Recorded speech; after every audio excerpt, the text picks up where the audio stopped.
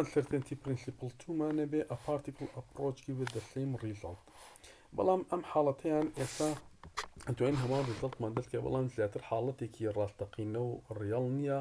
بەڵکو ئەم حاڵەتە حاڵەتێکی ئایدیەڵە حاڵەتێکی ئیمەجینێریە وا تەسەور ئەەکەین suppose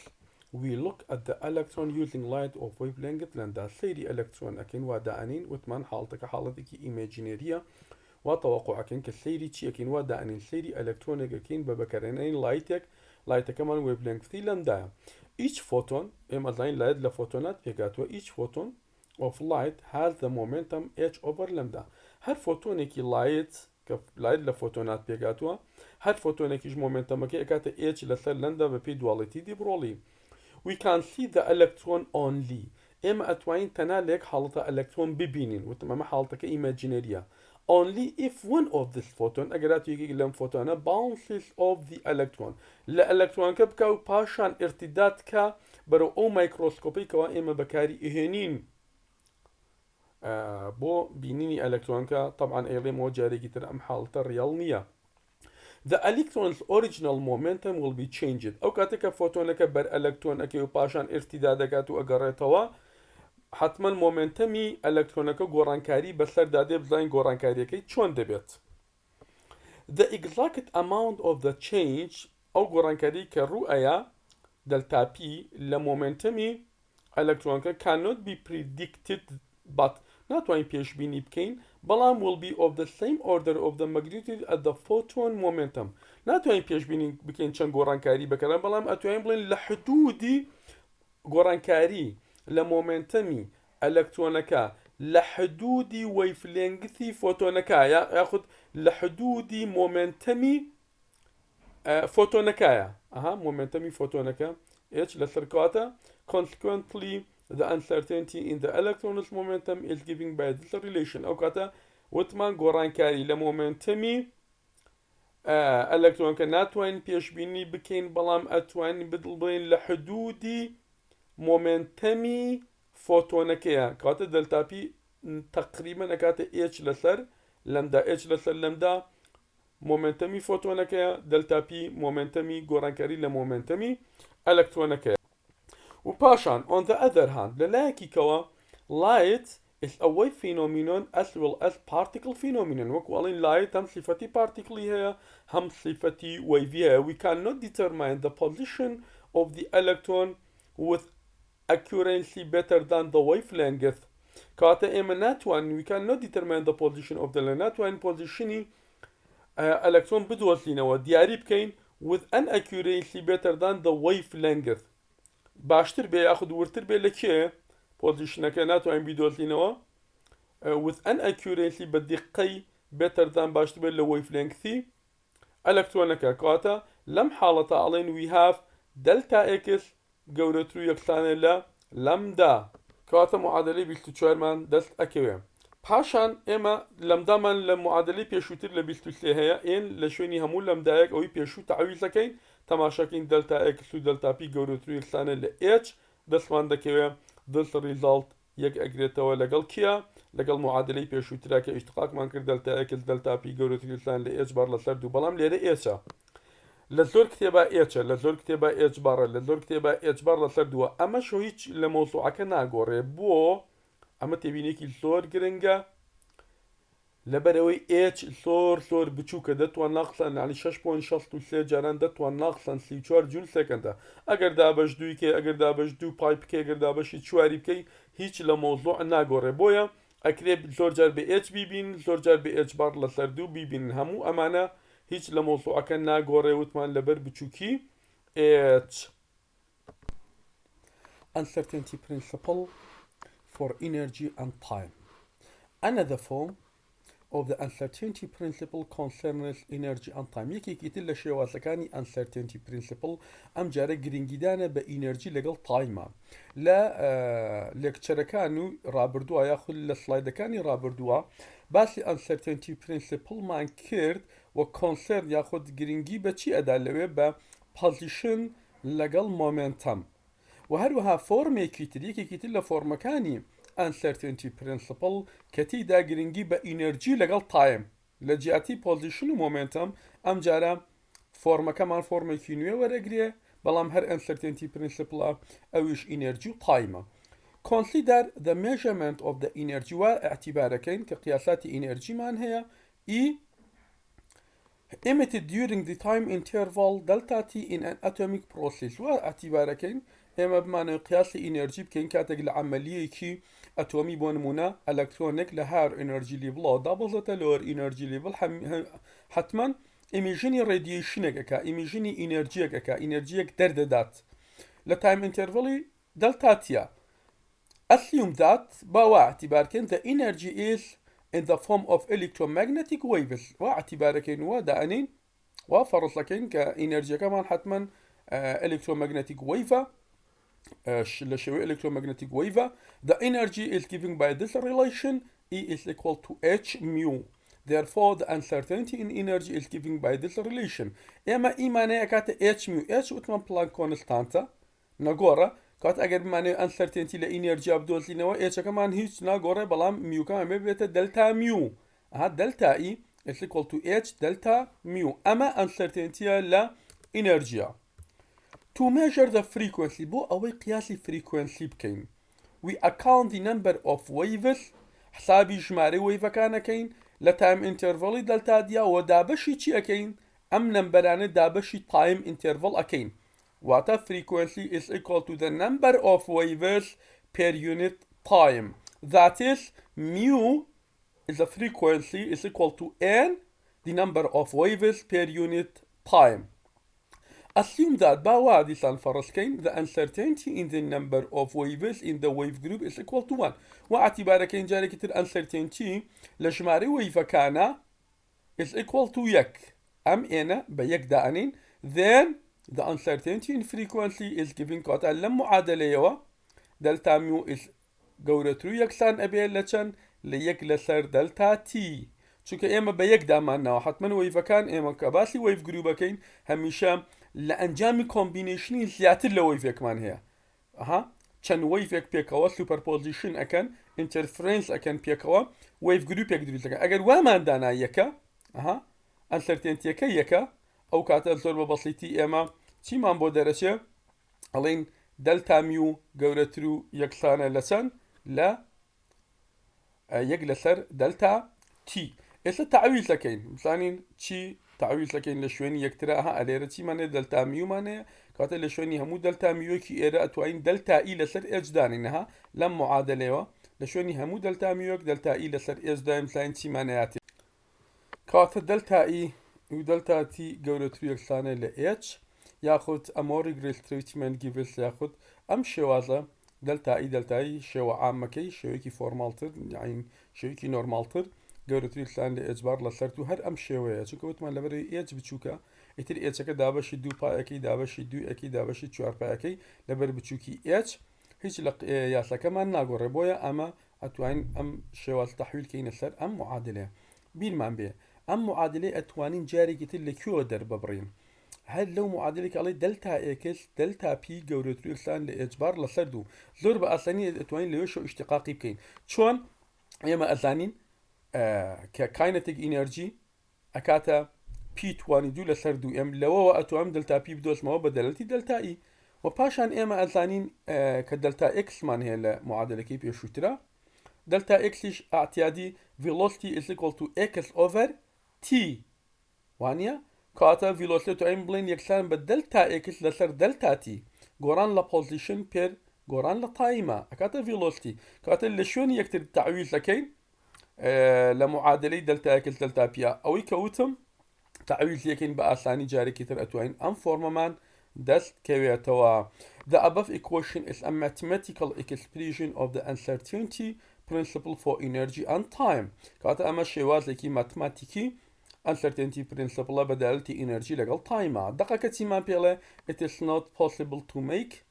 a simultaneous determination of the energy and the time coordinate of a particle with unlimited precision. پێمان ئەڵێ ئێمە لە هەر ئەمەلیەیەکی ئینتقالی بۆ نمونە ئەلەکترۆنێک لە هەر ئینەرجی لیڤڵ دابەزێتە لەوەر ئینەرجی لیڤڵ چی دەرەچێ ئینەرجی دەرەچێ ئیمیژنی ئینەرجیمان دەبێ واتە ئینەرجی دەرئەپەڕێت ئەو ئینەرجی ئەگەر ئێمە بمانەوە ئینەرجیەکە قیاسکەین و هەروە تایم ئینتەرڤڵەکەش کە زەمانەیەکی فترەیەکی زەمانی ئەخایێنێت پێکەوە ئەگەر قیاسیان بکەین ناتوانین بە دەقیقی لە یەک کاتە قیاسیان بکەین بەڵکو چیمان نەبێ بڕێک لە ناوردیمان دەبێت بڕێک لە نادڵنیاییمان دەبێت کە چیە دەلتایی و دەلتا تیە کاتە thus the product of the uncertainty in an energy measurement and the uncertainty in the time at which the measurement is made is greater or equal to h bar لەسەر 2 ئەمە شێوازێکی تری یاسای uncertainty principle بوو بە دەلالەتی energy and the time. دين سر applying the uncertainty principle بزانين تطبيقاتي uncertainty principle لكويا خوي أبينيتوا لكويا أتوين تطبيقاتي uncertainty principle بكين بمعنى عليه a useful tool not just a negative result عليه يعني uncertainty principle گرنگی کی اجگر گوری هەیە وەکو ئەو تەماشای نەکەن کە ئەڵێن ناتوانین وەکو خاڵی نەگەتیڤ تەماشای نەکەن کە ئەڵێن ناتوانین کەواتە ئەمەش خاڵێکی پۆزتیڤ ئەبێت بۆمان یعنی خاڵی نەگەتیڤ خاڵی لاوازی یاساکە نیە کە ئەڵێن ناتوانین بۆ نمونە پۆزیشن و مۆمنتەم لێ کاتا دیاریکەن یا ئینەرجی و تایم بەڵکو ئەمە زۆر گرنگی ئەو یاسایەمان بۆ دەرەخات کە بزانین ئێستا ئینە سەر گرنگی بزانین لەکوێ لە چ ڕێنجەکە لە چ ئێریایەکە uncertainty principle گرنگیەکەی بۆ ئێمە بەدەرئەکەوێ. Planck's constant is so small that the limitation imposed by the uncertainty principle are significant only in the realm of the atom. لەبەرەوەی Planck constant زۆر بچووکە کەواتە بەکارهێنان و تەطبیقاتی uncertainty principle لە ئێریا لە مەجالی ئەتۆما زیاتر دەرەکەوێ واتە لە دایمێنشنی مایکرۆوێڵدا کە ئەتۆمە و ناوکە تطبیقاتی uncertainty principle زۆر بە ئاسانی دەرەکەوێ بەڵام لە عالەمی ماکرۆوێڵدا لە عالەمی نیوتنیانە لە عالەمی میکانیکە کلاسیک میکانیکە uncertainty principle گرنگیەکەی دەرناکەوێت گرنگیەکەی دەرناکەوێت کەواتە ئێستا ئەوە تێگەیشتین لەبەر بچووکی Planck constant کەواتە گرنگی و بەکارهێنان و تطبیقاتی uncertainty principle لە مەجالی ئەتۆما لە دایمێنشنی ئەتۆم و نیوکلەرە گرنگیەکەی دەرەکەوێت. On such a scale ئەوەی کە باسمان کرد سکێڵی ئەتۆم however this principle is of great help in understanding many phenomena یارمەتی دەرمانەیە بۆ ئەوەی لە زۆر ظاهرە تێبگەین لە زۆر دیاردە تێبگەین it is worth keeping in mind that the lower limit of h bar over 2 for delta x to delta p is rarely attained. با ئەوە لە مێشکی خۆمانە دابنین کە ئەڵێن یەکسان یان گەورەتر زۆر بەنادری یەکسانمان دەسەکەوێ زۆر بەنادری زۆر بە کەم یەکسانەمان دەسەکەوێ بەڵکو هەمووی مۆ یۆشوەڵی دەلتا x دەلتا p هەمیشە گەورەتر و یەکسان لە ئێجە یاخود گەورەترەکەمان دەسەکەوێ ئەسوی جەسۆ دەلتا x دەلتا p گەورەتر و یەکسانە لە چی لە h. هینە سەر نمونەیەکی تەطبیقی لەسەر یاسای uncertainty principle بزانین گرنگیەکەی لەکوێ دەرئەکەوێت. نمونەکە پێم وڵی imagine an electron to be somewhere in the nucleus whose dimension is 10 to power minus 14 meter. What is the uncertainty in momentum? Is this consistent with the binding energy of the nuclear constituents? ئەڵێ وا تەخەیوڵکەوە خەیاڵکەوە دابنێ ئەلەکترۆنێک لە ناوکی گەردیلەیەدا لە ناوکی گەردیلەدایە کە ناوکی گەردیلە دایمەنشنەکەی دەتوانێت 14 مەترە. What is the uncertainty in momentum? داوای دەلتا پیمان لێکە دەلتا پیمان چەندە پاشان ئەڵێ ئەمە ئەگونجێ لەگەڵ binding energy ئەو پێکهاتانی ناوناوک چونکە لە ناوناوکە ئێمە زانین پرۆتۆنمان هەیە بۆ نمونە ئەو نیوترۆنمان هەیە ئایا ئەو ئینەرجی ئەگەر ئەلەکترۆن لە ناوناوکا بێ ئەگونجێ لەگەڵ ئینەرجی پێکهاتەکانی ناوناوک ئێستا ئێمە شیکاریەکەین بزانین ئایا ئەکرێت ناوک ئەلەکترۆن لە ناوناوکا بێ یاخود uncertainty principle منعی ئەوەمان لێ دەکات. ئاتیادی ئێمە if an electron were in the nucleus ئەگەر وا دابنین ئەلەکترۆن لە ناوناوکی گەردیلەیە بێ its momentum would be uncertain by an amount delta p delta x delta p گەورەترین لە h bar لەسەر delta x کاتە لە یاسای uncertainty principle ئێمە توانین بڵین delta p گەورەترین لە h bar لەسەر delta x لە دوو نێوانەوە هاتووە h bar کۆنستانتە delta x شی پیاوین کاتە دلتا بي مان دۆزیوەتەوە ئەکاتە 1.54 جارانی دەتوان ناقسەن 20 کیلوگرام متر ئۆڤەر سەکەند. باشە بۆ ئەم حاڵە ئەڵین the momentum itself must be at least equal to p کاتە ئەی مۆمنتەمی ئەلکترۆن بە لایەنی کەمەوە ئەبێ بکاتە دلتا پی پیەکەمان بکاتە کەمترین قیمەت کە مۆمنتەم هەیبێ ئەبێ چی بکە پیەکەمان ئەکسلاین بە دلتا پی و ئەکسلاینش بێ بەو بڕێکەوە لەسەرەوە دۆزیمانەتەوە. پاشان the corresponding kinetic energy of an electron is many times greater than the rest energy of the electron and therefore the kinetic energy of the electron may be taken equal to Pc. وتمان لەم حاڵەتانە بۆی kinetic energy بدۆزینەوە هەمیشە پێویستمان بەوە ئەبێ ئایا من یاسای کلاسیکل میکانیک بەکاربێنم کە kinetic energy کاتە پی دووجا لەسەر دوێم یا یاسای ریلیتیڤیتی بەکاربن کە kinetic energy کاتە E minus E naught. لەم حاڵتە وتمان هەمیشە پەنا بۆ PC دەبین ئێمە پیمان هەیە جارانی سی دەکەین ئەگەر گەورەتر بوو لە ڕێست ماست گەورەتر بوو لە ڕێست ئینەرجی ئەو کاتە ئێمە یاسای ریلیتیڤیتی بەکارێنین ئەگەر بچووکتر بوو یاسای کلاسیک بەکارێنین ئەگەر ئەم پیە جارانی سیکەین تەماشاکەی قیمەتێکی گەورەی هەیە لە ڕێست ئینەرجی ئەلکترۆن گەورەتر کە 511 کیلو ئەلکترۆن ڤۆڵتە بۆیە بە تەقریبی لەم حاڵەتە ئەڵین the energy of the electron ياخذ the kinetic energy of the electron is equal to PC كيكساما كل PC تماشا أكين أي دولتينو قيمتك بزين أكاتا تي كوابو kinetic energy تقريبا أكاتا PC بي كمان هي دولتي ما ولا سلايدي بيشوترا وسيش كونستانتا تقريبا أكاتا 20 ميجا إلكترون فولت. Experiments show that energy of the electron in the nuclear disintegration is very much less than 20 ميجا إلكترون فولت. وعمليا بتجربة لري تجربة أو دوزراته أو نشان دراوة ككاينتيك إنرجي ياخد إنرجي أو بيتاي كلناو ناوكو درت شو كلناو ناوكو لأنجامي انحلالي ناو كات ماديك راديو أكتيف معناه ببيتاي انحلال كادو جور بيتا معناه بيتاي كي موجب لقل بيتاي كي سالبة أو كات طاقة كان زور كم تر اللي 20 ميجا إلكترون فولت بواتاي كي ترجع تروني كموا طاقي همو أو بارتيكلين لناو ناو كان بألفاتوا بنيوترون توا ببروتون طاقة كان لهشت ميجا إلكترون فولت تينا بريد بلام أجر وامان دانا إلكترون لناو ناو كوجودية بيت طاقة كان لتنا خوي أبينتوا لبيلت ميجا إلكترون فولت خوي أبينتوا بويا أما وأكا لرجي uncertainty principle بيسلمين بهيج جوريك ئەلکترۆن لە ناوکی گەردیلەیە ڕێگەی نابێتەوە وجودی نییە چونکە تاقەکەی زۆر بەرزە و پێکاتەکانی ناوک ئەو تاقەیە ئەو ئینەرجی قبول ناکەن.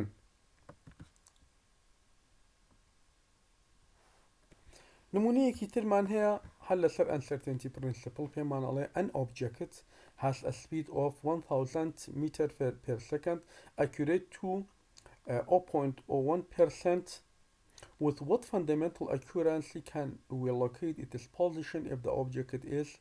a bullet of mass of 0.05 km and an electron.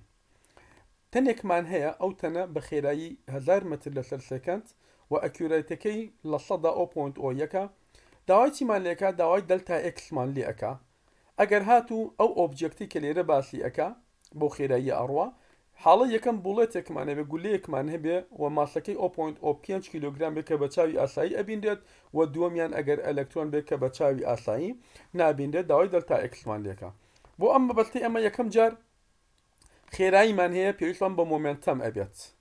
چونکە ئێمە بۆ ئەوی دەلتا ئێکس بدۆزینەوە بەپی یاسای uncertainty principle ئەبێت دەلتا پیمان هەبێ کاتە مۆمنتەمی بوڵێتەکە پی ئەکاتە MV ئێمەکەمان هەیە بەڵێ هەمانە 0.05 بۆ حاڵە یەکەمیان و جارانی خێرایەکەشمانی 1000 بەڵێ هەمانە جارانی یەکەین 50 کیلوگرام متر پێر سەکەند. پاشان ئەنسەرتێنتی لە مۆمنتەمە ئەنسەرتێنتی لە مۆمنتەمە چۆن ئەدۆزینەوە تەماشا ئەکەین ئێمە ئەلێرە پیەکەمان دۆزیوەتەوە چەنە 50 کیلوگرام متر لەسەر سەکەندە دایێنین لە شوێنی پیە جارانی ئەنسەرتێنتیەکەی ئەکەین چونکە لە سەدا 0.01 ئەگەر لە سەداکە هەڵگرم ئەم پێرسەنتەیجە هەڵگرم ئەبێ ئەمە دابەشی سەدی کەم کە دابەشی سەدی یەکەم بکاتە 4 سفر 0.000 واتە ئەم لە سەدایم هەڵگرتووە دابەشی سەدم کردو بەم جۆرەی لاتەوە ئەکاتە 5 جارانی دەتوان ناقسەن 3 کیلۆگرام مەتر پێ سەکەن ئەمە چی ئەمە دەلتاپی یاخود ئەنسەرتێنتی لە مۆمنتەما کە ئەکاتە دەلتاپی زۆر بە ئاسانی کە من دەلتاپی مەبێت تۆم دەلتایەکەس بدۆشمەوە بەڵێ کاتە دەلتایەکەس گەورەترین لە ئێجبار لەسەر دەلتاپی تەماشاکەم ئێجبارمێ دەلتاپیشم دۆزیوەتەوە تەماشاکەم قیمەتەکەم قیمەتێکی زۆر کەم هاتووە لە حدودی قیاسکردنا نییە دەلتایەکەس 2.1 جاران دەتوان ناقسەن 31 مەتر واتە 30 مەترێک هەبێ 2.1 ینی لە پاش 31 سەفرەوە اینجا 2.1 کتێبێ بۆ مەتر واتە لە حدودی قیاسا نییە بۆ چونکە ئەمە تەنەکە بە چاوی ئاسایی ئەیبینین گولەکە ئەبینین بۆیە ئەنسەرتێنتی پرینسپڵ لێرا گرنگی ئەو تۆی نییە بەڵام بابینە سەر لقی دووەم لقی بی کە ئەلەکترۆنەکە بزانین ئەو چیمان پێ ئەڵێت بۆ ئەلەکترۆنێک مۆمنتەمەکەمان جارێکی تر پی ئەکاتە MV ئێمەکەمانەیە و ڤیشمانەیە MMی ئەلەکترۆن دانین و ئەلێرا چیمان دۆزیەوە مۆمنتەممان دۆزیەوە پاشان ئەنسەرتێنتی لە مۆمنتەما دەلتاپی دەرەکەین ئەکاتە 9.1 جاران دەتوان ناقسەن 28 جارانی ئێرەش دیسەوتمان لە سەدا 0.0 لە سەداکە هەڵەگرینەوە جارێکی تر دابەشی سەد یەکەین تەماشاکەن ئەم قیمەتەمانەیەاتێ کەواتە دەلتاپیمانەوێ بە ئاسانی ئەتوانم دەلتا ئێکس بدۆسمەوە بەم جۆرە دەلتایەکەس گەورەترشان لە ئێجبار لەسەر دەلتاپی ئێجبار کۆنستانتە دەلتاپیشمان دۆزیێتە تەماشاکەین 0.115 کەواتە ئەگەر تەماشاکەین ئەمە لە حدودی قیاسایە 0.115 مەتر لە حدودی قیاسایە بۆیە ئەنسەرتێنتی پرینسپڵ وە گرنگیەکەی بۆ ئەلەکترۆنێک دەرکەوت و لە حدودی قیاسا و بەڵام بۆ گولەیەک کە بە چاوی احتیادی ئەبیندێت گرنگیەکی ئەوتۆی نییە یاخود گرنگیەکەی گرنگی نامێنێت کەواتە لە دایمێنشنی ئەتۆم و نیوکلەسا ئەنسەرتێنتی پرینسپڵ گرنگیەکی ئەوتۆ هەیە بەڵام لە ژیانی ڕۆژانەمانە کاتێک کە تەنەکان بە چاوی ئاسایی لە عالەمی نیوتن میکانیکا ئەنسەرتێنتی پرینسپڵ گرنگی نامێنێت